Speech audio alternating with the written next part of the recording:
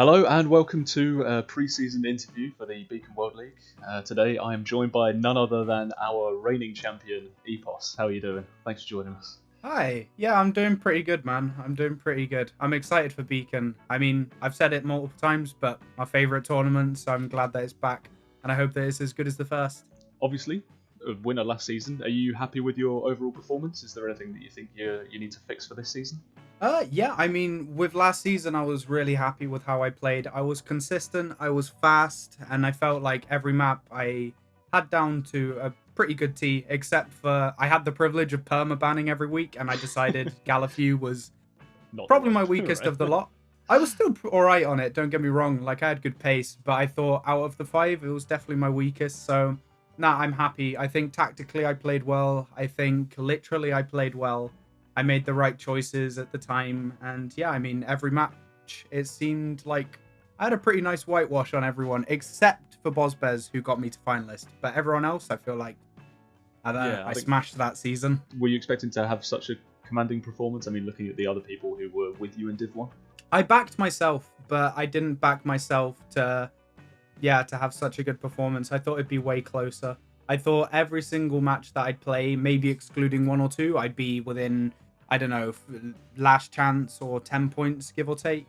And it ended up only one match being as close as I thought. But it's not to say the other people didn't play well, don't get me wrong. I just think I played very, very good. So.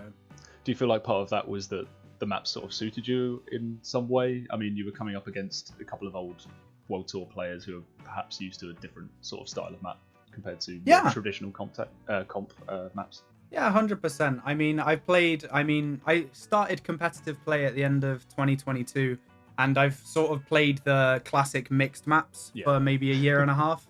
So, yeah, maybe it gave me a little bit of an advantage on them, but I don't know. I don't think too much, because at the end of the day, your skill sets are going to stay the same. It doesn't matter if you play a full tech map, a full dirt map, if you play a mixed map, a world tour map, your skills are still interchangeable, I think, to some degree. So I don't think it made a massive impact, but I think the big thing that did make an impact is I've played Reverse Cup before, and I know the best way to play that is just to play consistent, get your firsts, your seconds, occasionally a third, but just don't crash, because that can kill you in that game mode. Whatever you do. Yeah, don't crash, don't DNF, because those two will put you on a path of misery. So, looking ahead to Season 2, which is upcoming this summer, are your goals to defend your title, or looking at the people who are possibly going to be entering, are you slightly more modest about your chances this time around?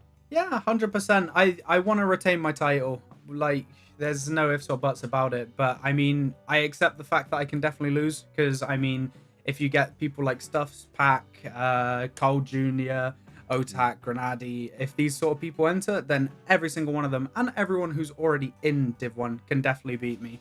I accept that, but I'm going to try my hardest to make sure that they don't beat me. You know? I don't want to take a loss in Beacon. To me, it feels the most prestigious thing for me.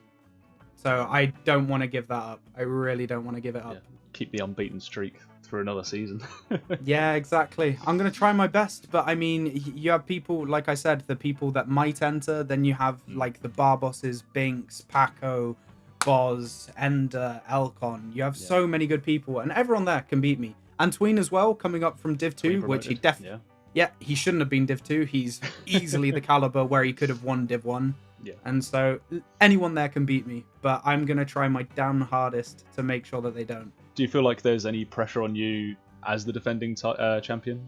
Do you not I don't think I have a ton of pressure to defend it, because I think everyone realizes that we're at a pretty similar level, but maybe just a little bit from myself. I don't really feel it from the people, but I feel from myself that I have a bit of pressure to keep it, because like I said, I really want to retain the title.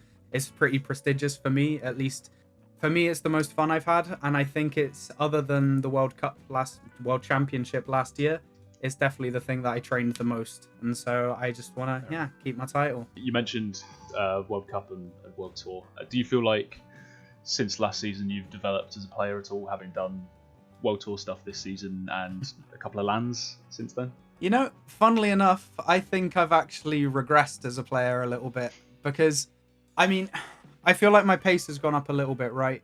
but I feel my consistency has dropped more than my pace has gone up.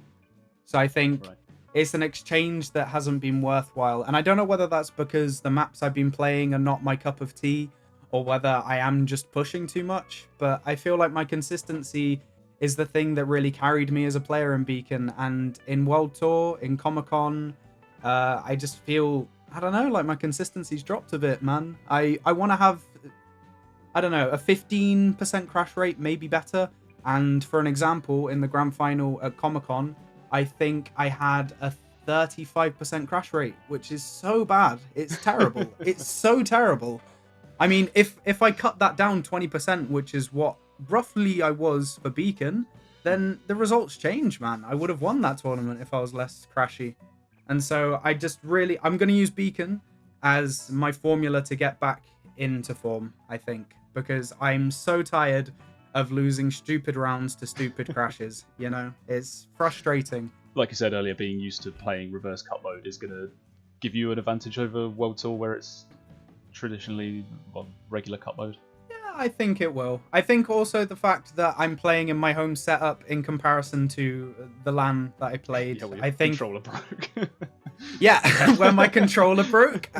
But I don't know, I got used to the controller in the end, so I'm not going to put too much blame on my performance for the fact that I didn't have my own pad. I definitely got used to it by day 2.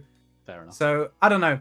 For me, Beacon, like I said, is just something that I need to use to get back into form. Because, I mean, there's the World Championship at the end of the year, which I think everyone has their eyes on at the end of the day.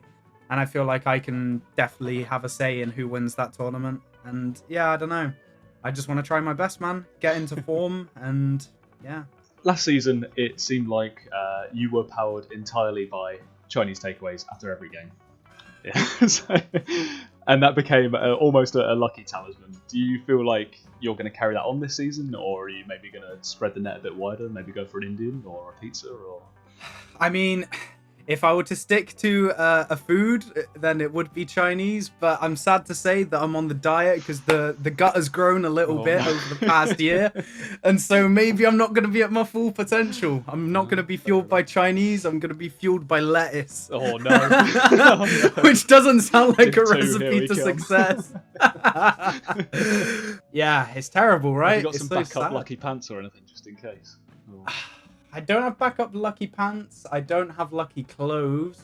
But I do have one of these lucky cats. Oh. So maybe this is going to be my new yeah. fortune. Yeah. Since the last season, you have, of course, been picked up by Blue Jays, a German org, I believe. How does it feel to be part of an official esports org, and does that give you any motivation to play any better? Or I think no matter what, I'd like to perform in a tournament, but it's definitely something being part of an organization and having other people that are wanting you to do well. So I think it does give me a little bit of extra motivation for sure. But nah, it's really nice just being part of an official team, I guess, rather than just being in like, I'll use this example. I'm part of Wombo still while I play for Blue Jays, where we play things like EMC, KOTT, but that's more like a kind of like a friend group sort of team. Yeah. Whereas this one, it definitely feels more official. And so, yeah, it feels really nice to play for a team. Really nice. Have you enjoyed playing the World Tour under their wing, as it were? I mean, my favorite thing for me is definitely the skin. I love the skin. I mean, for me, it just reminds me a little bit, you know, the Royale skins? It reminds me of the Royal Dolphin skin. Yeah, because you play with Dolphin. He just, yeah. Yeah, exactly. It's a very, very similar color scheme. So for me, it just feels like a little bit of an upgrade to the Royal Dolphin skin. Yeah. And so for me, it's an absolute pleasure to play for that skin. I want to give a shout out to Wizzy for making that, because seriously, the job he's done. I mean, yeah, it's great. I love playing with the skin. It makes me feel a little bit stronger. Yeah, you get a debuff when you don't have an animal on there or blue. I don't know. It's weird, but I feel a little bit of placebo for the skin that I use. If I use a skin that I think is a little bit crappy, then I don't think I'm going to be as good. But if I use a good skin, I mean, like the Blue Jays one, I feel, I don't know, just a little bit better. It's 100% placebo because nothing in the game changes. But I don't know, mentally, I'm like, yeah, look at the skin I'm driving. What a beauty. So, speaking of changes during the off-season to your own play style and performances, do you feel like there's anyone who has already qualified for Div 1 or could potentially qualify, who has improved enough to potentially challenge your title? I mean, he's always been at the level, right? But I just have to say Stuffs, because I mean, Stuffs, I feel he's always had a pace advantage on me. But specifically since, I don't know, maybe 3, 4, 5 months, his consistency has gone up so much that it's really scary to play Stuffs, especially on maps that he's good at. So if he finds a map in Beacon where he really likes it and he's feeling it, I can say goodbye to first place almost every round unless I absolutely push it. So I think Stuffs is someone that I'm very, very scared to play. And I feel like we have a bit of a rivalry at the moment as well, because it feels out... I don't know, I don't want to toot myself too much, but it feels like me and Stuffs, out of the 2020 players, were really the two that have kind of transcended a little bit. Yeah. And it feels I've taken more of the consistency path, he's taken more of the pace path, but his consistency is getting better. Yeah. And so it's very worrying to play him. And so I'd say, Stuffs, 100%. And again, someone that's come from Div 2, Tween, man. Tween is so, so good. And I can't say it enough. And it's very scary to play him, especially if there's a more tech-orientated map. I don't want to even touch it against him, because again, seriously, he'd probably take every single round on that. Or maybe I can chip one round in where I do a really nice run, but yeah, I don't know. Tween is going to be very scary to play. I mean, Elcon again is going to be very scary to play. Yeah, with Stuffs, I mean, World Cup last year, obviously it had the pace and it was just amazingly quick, and it seems like you say, since then it was scary watching him at CCV. Yeah, I mean, just because his consistency has improved so much, right? I mean, before I think everyone had this view on him how Stuffs is the fast and crashy player. Yeah. But I really don't think people can look at him like that anymore. I really don't think they can, because he's pretty consistent and he's maybe not as fast. Maybe that's the reason. He's toned down his pace just a little bit, but it's not enough to make him any less scary. I think he's more scary for that fact. And going back to the players who are a potential threat again, seriously, everyone in Div 1. Everyone in Div 1. Especially, I'm going to have my eyes on Boz if he does it again. I'm never comfortable playing against Boz. Never comfortable, because he's always going to finish the round, and if you screw up just once, he's taking those first places away from you at the end of the day. Consistent. Yeah. Too consistent. He's, in my eyes, him, Grenady, Carl Jr. are the 3 most consistent people. They are so, so, so consistent. It's such a pain to play every single one of them. I hate it. I hate playing every single one of them, because I know if I crash, they're going to take the round. You've mentioned a few names there who didn't play last season. Is there anyone that you would like to play against next season who hasn't qualified, who you'd like to see go for those remaining 4 spots? I don't know, I have my eyes a little bit on Otak. It'd be nice if Otak did it. Get a world champion under your belt. So. Exactly. I mean, I played him in the April monthly cup and I took a win against him, but again, it doesn't feel completely like a win against him. I wanna play, I don't know, I just want to play a couple matches against Otak, so I don't know, I get some wins under my belt, or losses, I don't know, because he's definitely good enough to beat me. I think he's the better player, but still, I'm gonna stick to my guns, and I think I can beat him in a comp. So, regarding the Beacon World League as a whole, what is it that you think makes it so special, and why should people participate and or tune in to watch, particularly people who have spent the last month or so watching something along the lines of Deep Div?